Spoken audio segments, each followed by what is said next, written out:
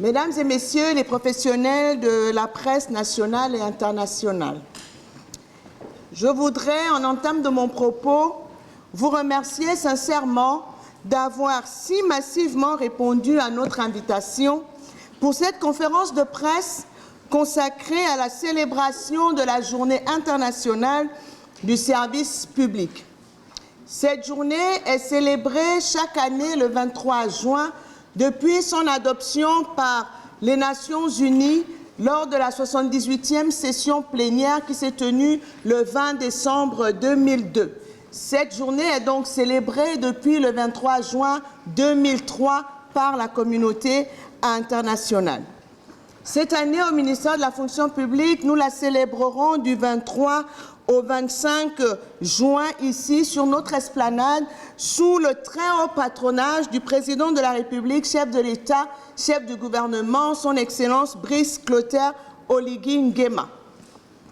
Cette rencontre avec la presse nationale et internationale nous offre l'opportunité de présenter les contours, les objectifs et les enjeux d'un événement qui revêt une portée toute particulière pour notre pays.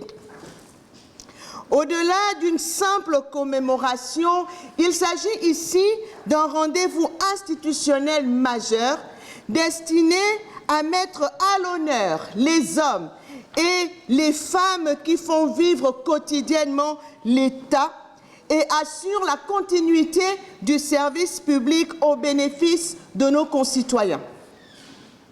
Cette édition est d'autant plus symbolique qu'elle constitue la première célébration de cette envergure organisée sous la Ve République. Elle intervient dans un contexte marqué par une profonde dynamique de transformation de l'action publique impulsée par le président de la République depuis le 30 août 2023. En effet, depuis l'avènement de la transition, puis l'installation des institutions de la Ve République,